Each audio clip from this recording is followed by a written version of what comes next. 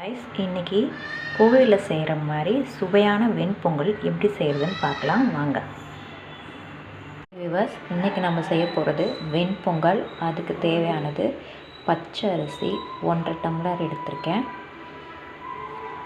நெய், பெருங்காயம், இஞ்சி, பச்சை மிளகாய், கருவேப்பிலை, மிளகு, ஜீரகம், முந்திரி, பாசிப்பருப்பு, பால், உப்பு.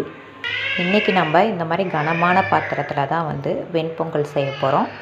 அதுக்கு பொங்கலுக்கு தேவையான அளவு தண்ணி சேர்த்துக்கலாம். 1 டம்ளர் அரிசி அப்படின்னா 6 டம்ளர் தண்ணி சேர்த்துக்கோங்க.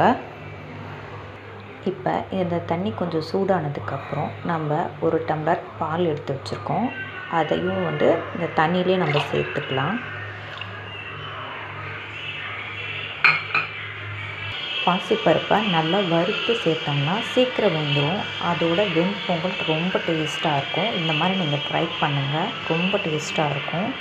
1 டம்ளர் அரிசிக்கு 1/4 டம்ளர் பாசிப்பருப்பு எடுத்திருக்கேன். இந்த அளவு நீங்கள் சேர்த்துனிங்கன்னா போதும். ரொம்ப பருப்பு சேர்த்துனிங்கனாவும் வளவளப்பாக இருக்கும் பொங்கல்.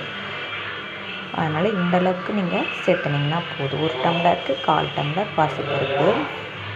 தீஞ்சிராமல் நல்லா செவக்க மட்டும் வறுத்து எடுத்துக்கணும்.